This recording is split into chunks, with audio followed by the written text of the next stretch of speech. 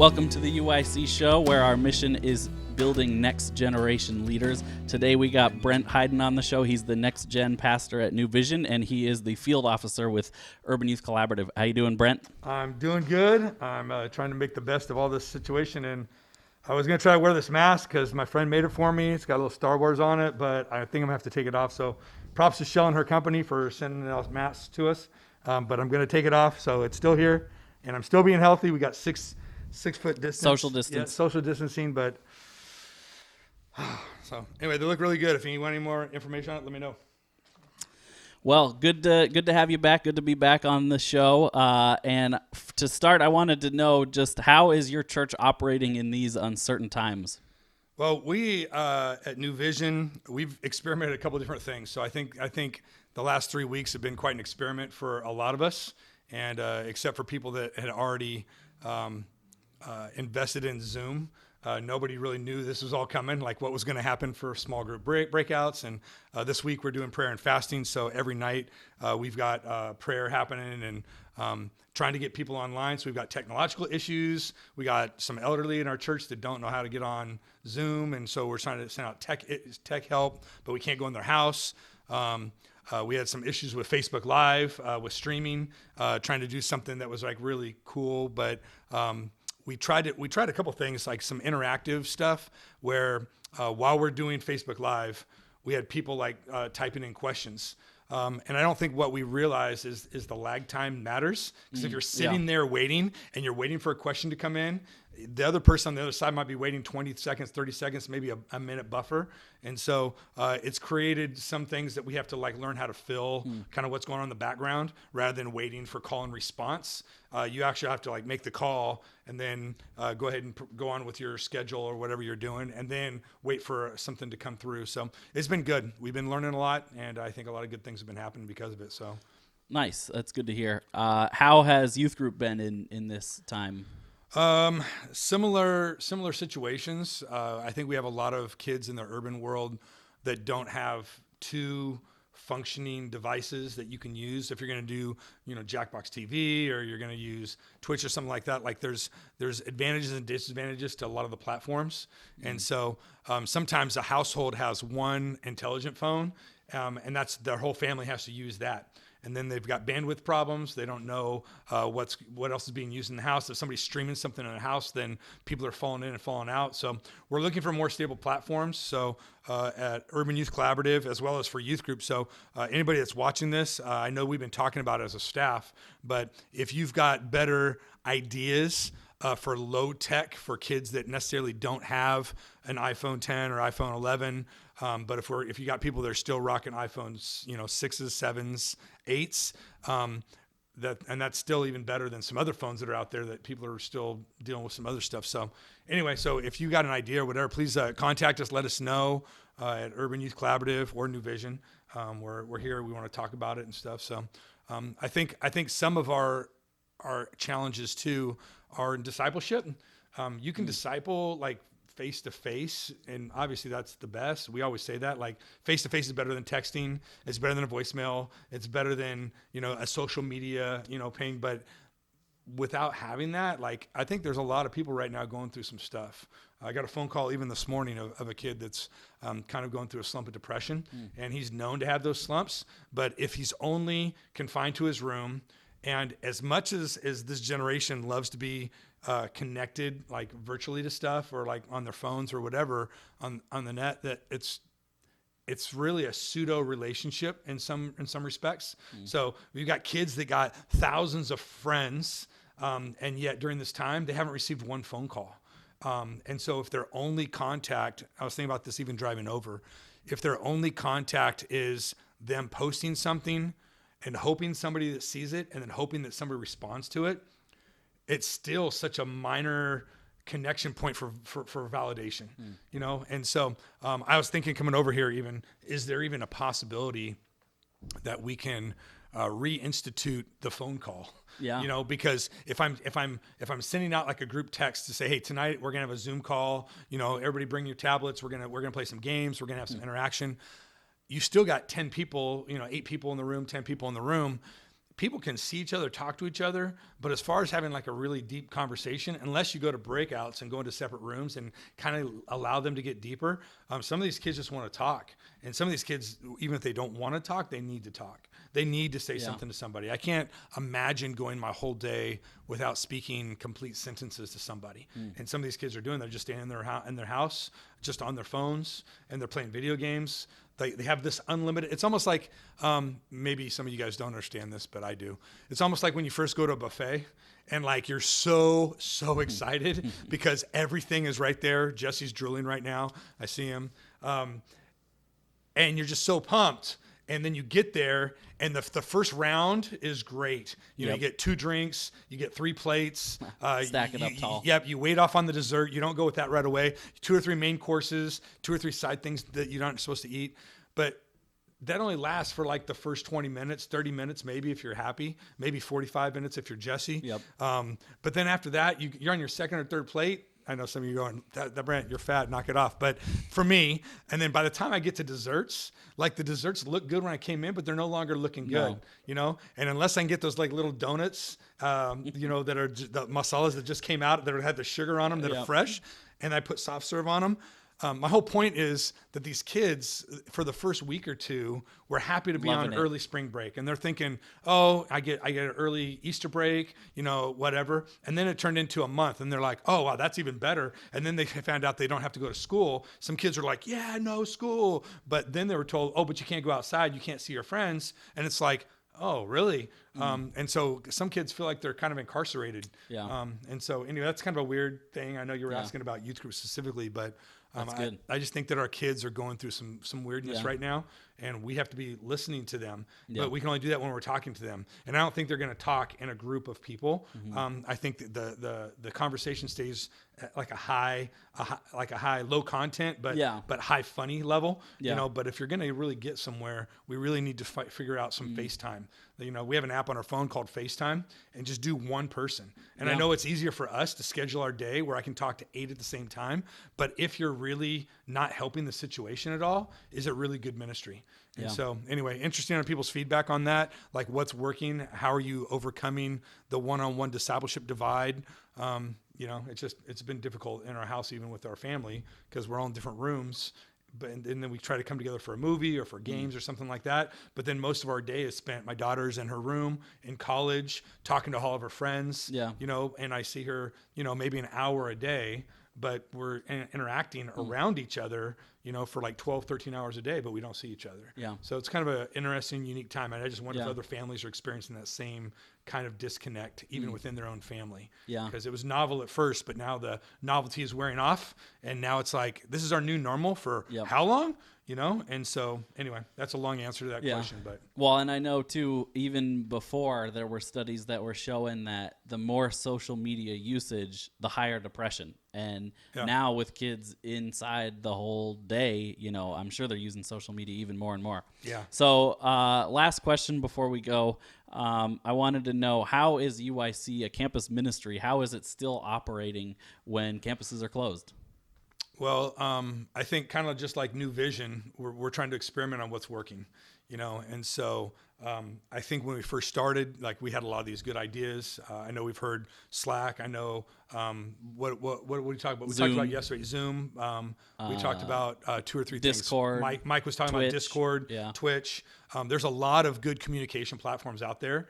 And so I think really the key is finding which one you understand as a leader, and also I would find which one your kids understand as students, because there's a learning curve for some of us. And so like I'm on Discord for video games, but I'd never thought to use it for youth group or to use it as a supplement to Slack or to Zoom or whatever, or Jackbox TV. So trying to figure out how to make it easier for kids to connect.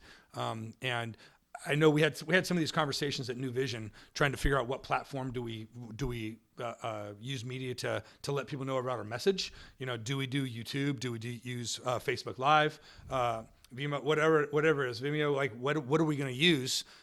And I think there's a couple of number one things you have to ask first, and then I think like you said when we did Nate's podcast last week, or his Facebook Live, like the late lunch, like I think different people are using different platforms. So is there a better streamlined way to get the same message out on all the platforms? And if that's just a couple of clicks and a couple of setups, then I think it's worth the youth group or the youth pastor's time or the youth worker, the missionary's time to really try to figure out where their kids are.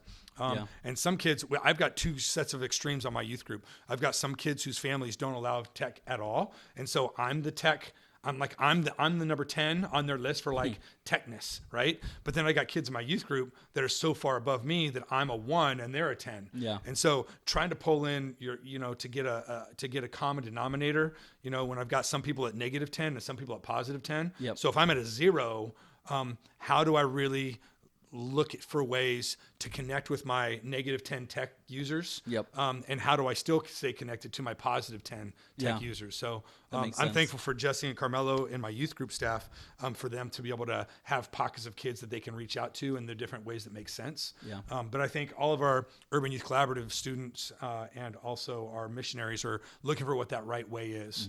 And I don't think anybody was planning that school was going to be out. We were just, when this whole thing, when the school stopped, right, we all thought, okay, we're stopping for what, a week, 2 weeks, spring break, and then it turned into a month, and then it turned into the rest of the school year. Now everything's online learning. So what is the place for Urban Youth Collaborative or student-led ministries or student ministries that were empowering students to actually do Bible studies? Now it's really kind of in our hands. We've been talking about this for years, that we're going to get to a place that it's out of our hands as missionaries. Yeah. And it's really up to the students to actually shepherd their own schools. And so we're kind of seeing if our training has been working, which is scary because we weren't ready for this. It's not like training wheels where you're on the bike and you're telling your kid, okay, I'm going to let go. I'm going to let go. I'm going to let go. Okay, we're taking the training wheels off. Don't let go of me, Dad. Don't let me go, and you're pushing a kid down the street. So pretty soon here we are and we're just sitting there, training wheels, the kid's driving, I'm holding, and all of a sudden then I just disappear and there's no training wheels are gone and the kid's just going, what the heck? Like this is the Twilight Zone. So I think for some of us and even some of our students, we're kind of figuring out if this happens this way for an indefinite period of time, what are we going to do? How are we going to minister? How are we going to serve? Who's going to step up? Which of our digital natives and our digital geniuses in our youth groups, which ones are going to actually start to carry the water? Because right now, I'm still asking my kids to come join a Slack call. And like I said, that novelty is wearing off, but I would really like it for my kids to actually do their own calls and just say, hey, I have this available for you. Like you call me when you want to talk to your friends. And if you want to Slack like your friends, not even youth group, but just like get your friends on a Slack call together. Let's do it. You want to play games with people? You make a game party and then I'll just host it. And so what an opportunity for us to be in the lives of kids that we've met, maybe number 1, never met. Number 2, have never been to youth group. Number 3, don't even go to the schools that we minister at. So I think those are all kind of interesting paradigms. So anyway, UIC staff, please chime in too. Put messages and comments. As we do this, I think we're trying to do this once a week, possibly, but we want to be able to get you here and talking about those things. And maybe there's even somebody out there going, hey, I got something to add to that conversation. And since we're not in a way that we can like interact in a live way right now, maybe we can get to that point, but please let us know, contact us. We'd like to get you sitting here so we can ask you some questions. And I would just like to say, if you are a guru that's figuring this stuff out and that you think you've got something, people need to know. Churches need to know. Youth groups need to know. There are people killing the game right now. So I've been hearing a couple of fun things like the little home scavenger hunt things where people are running around the house getting stuff. Make sure their parents know what's going on so you don't just have kids running around looking for a cup of flour. But I think there's some really cool, fun things that if once a week we're getting kids interacting at some level. And then once again, I would say to all of our staff, call people, FaceTime them with just one-on-one. Make it like discipleship. Like you can't disciple in a group. It really needs to be relational. And the closest thing that we have right now is like just one-on-one. Yeah. So anyway, that's my encouragement for that. Anyway, I had a couple things, Chris, just when I was driving over here. And there's a couple podcasts that I listen to. And one of them that I always appreciate is Ben Shapiro. And at the end of Ben Shapiro's podcast, after the content is done, he always says, time for one thing that I like and one thing that I hate.